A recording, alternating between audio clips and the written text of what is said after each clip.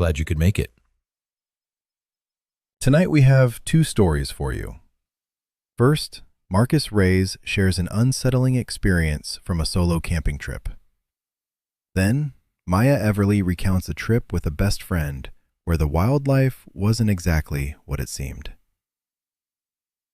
We'll start with a story from Marcus Reyes. This story is brought to you by Marcus Reyes. This happened in September of 2021. I was 28, between jobs, and I decided to take a solo camping trip out to the Cibola National Forest in New Mexico. I'd done solo trips before. Nothing crazy, just a few nights in the backcountry with a decent tent and a cooler full of food. This was supposed to be the same thing. 4 nights, no agenda, just decompress. I drove out on a Thursday and set up camp about 3 miles off the main trail, near a dry creek bed the map labeled as Arroyo Seco. The drive-in was long and flat and unremarkable.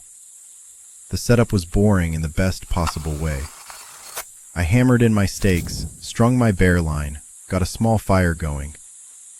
By 8 o'clock I was eating canned chili straight out of the pot and watching the sky go dark.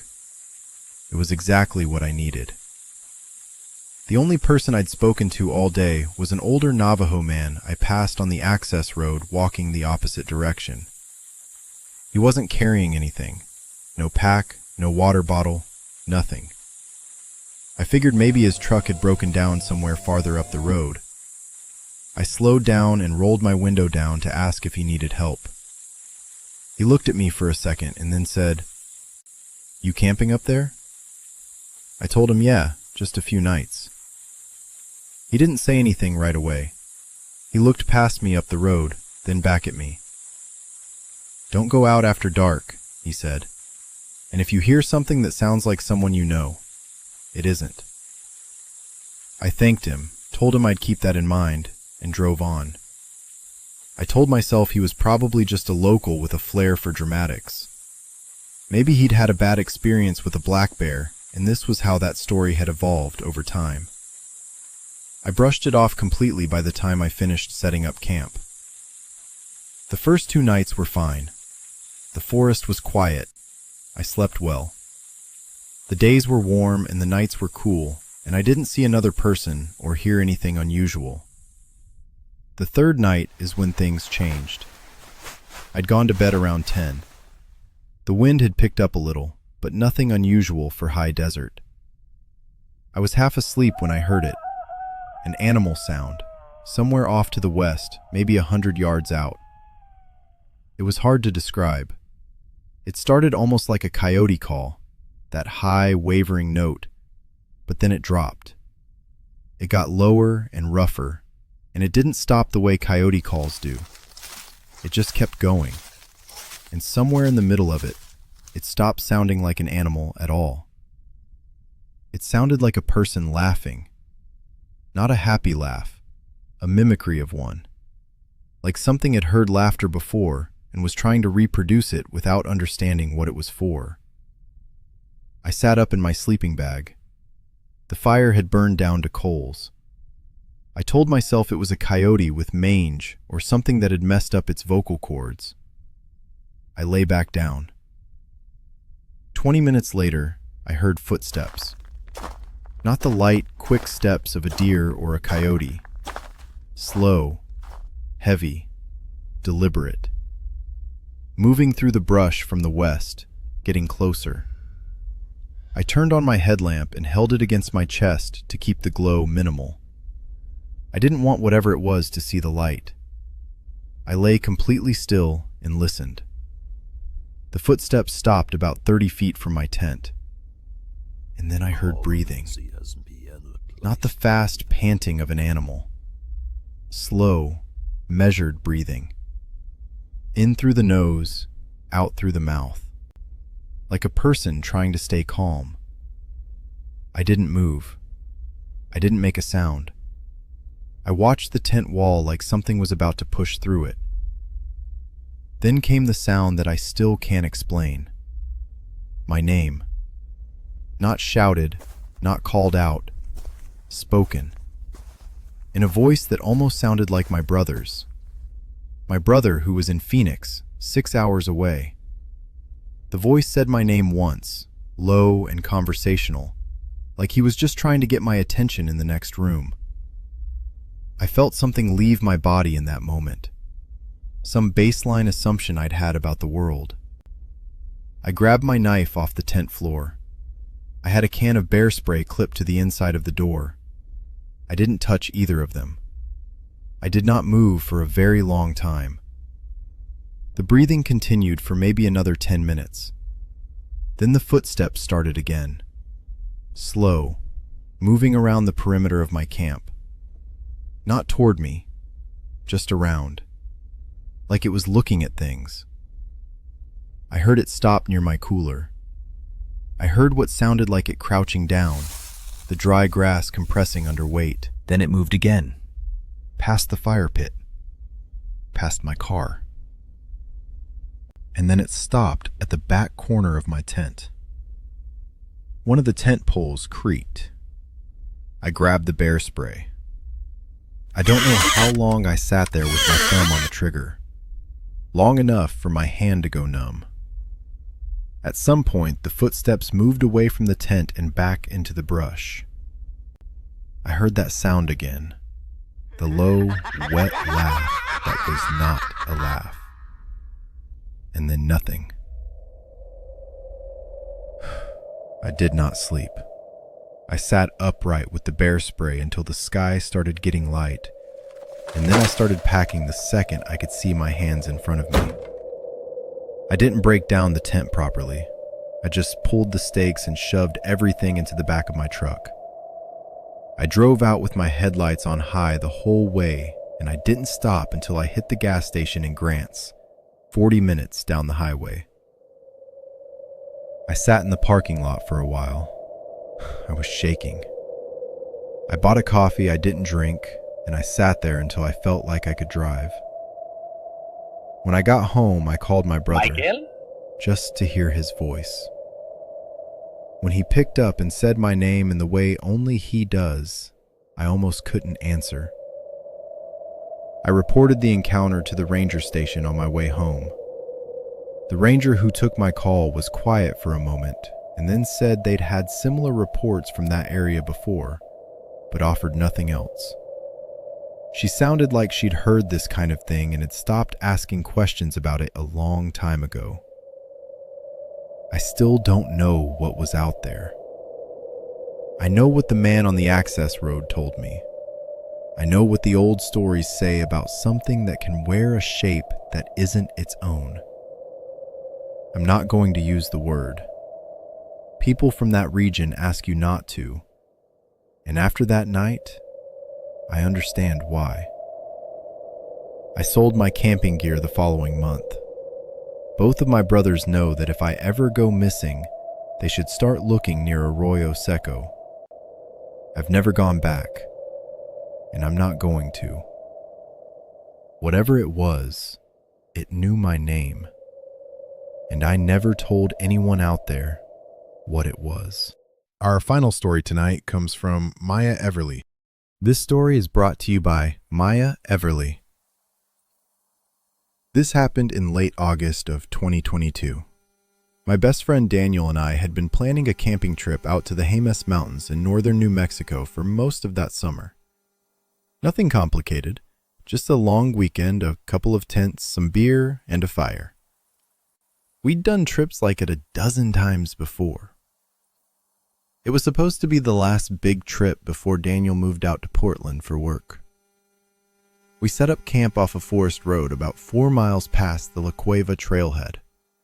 No hookups, no designated sites, nothing. Just a flat patch of ground next to a dry creek bed surrounded by ponderosa pine.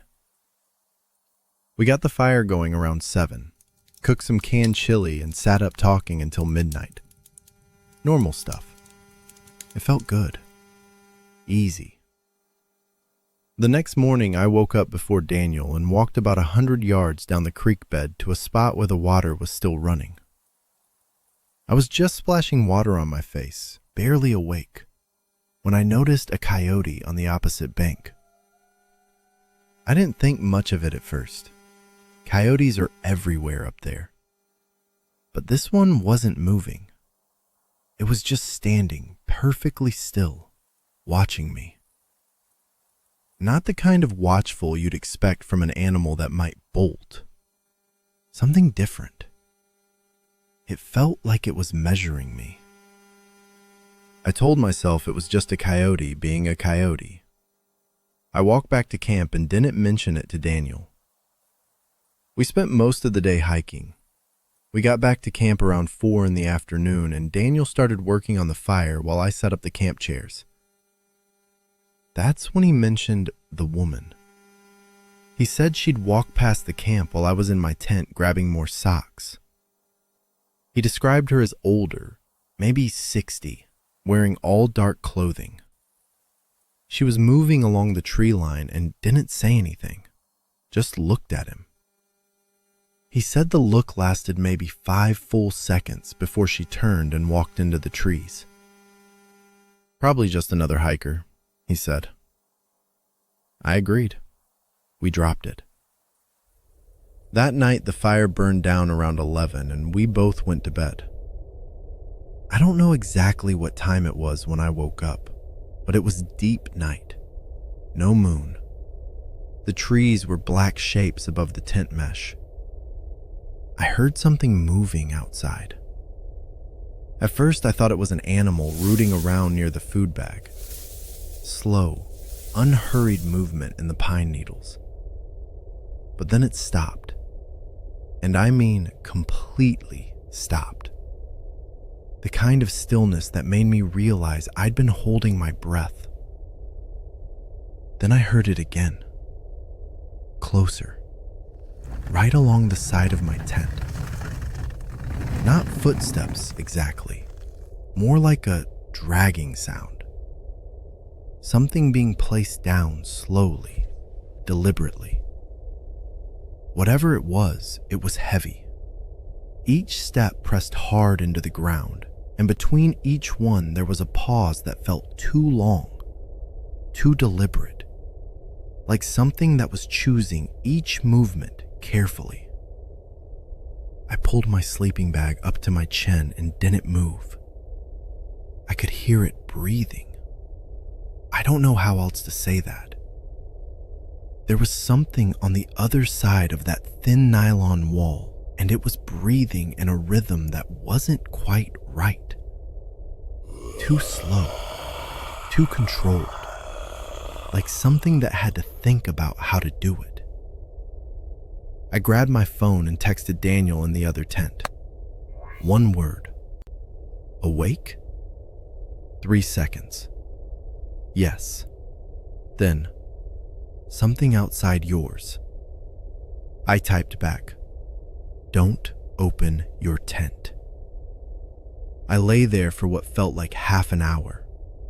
The sound moved around the perimeter of my tent in a slow arc, pausing at the foot end, then moving toward the door side. I could hear the weight of it in the ground. Then it made a sound. I don't know what else to call it except wrong. It started low, like an animal's call, almost like the bark a coyote makes, but it stretched. It shifted mid-sound into something that was almost vocal. Almost like a voice trying to land on a word and not quite getting there. My whole body went cold. I grabbed my flashlight. I don't know why I did it. Some part of my brain thought light would help. I unzipped the tent door maybe 2 inches and pointed the beam out. There was nothing there. But the pine needles in front of my tent were disturbed in a wide, heavy pattern that moved off into the dark.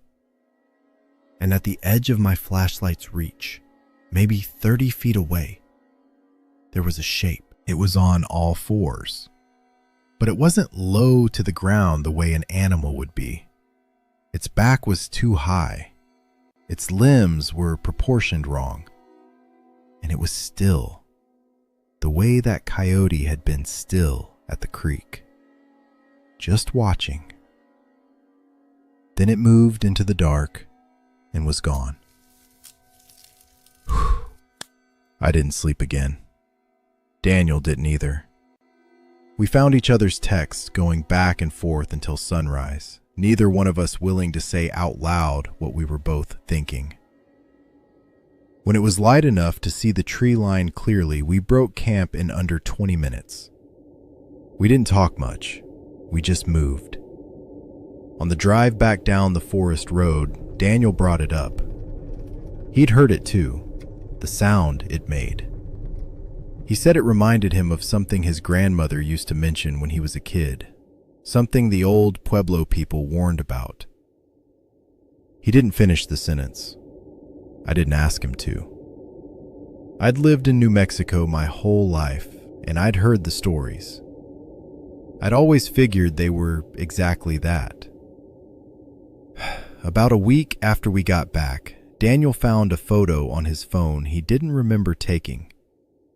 He'd apparently opened his camera at some point during the night and taken a shot out through his tent mesh. The image is dark, almost too dark to see anything, but there's a shape at the edge of it. On all fours, back too high. He sent it to me once. I asked him not to send it again. Daniel moved to Portland 6 weeks later. We still talk, but we haven't mentioned that night since the drive home. I don't camp anymore. That's going to do it for tonight's stories. Thanks for being here with me. If you enjoyed the video, please subscribe and hit the bell so you don't miss the next one. Stay safe out there.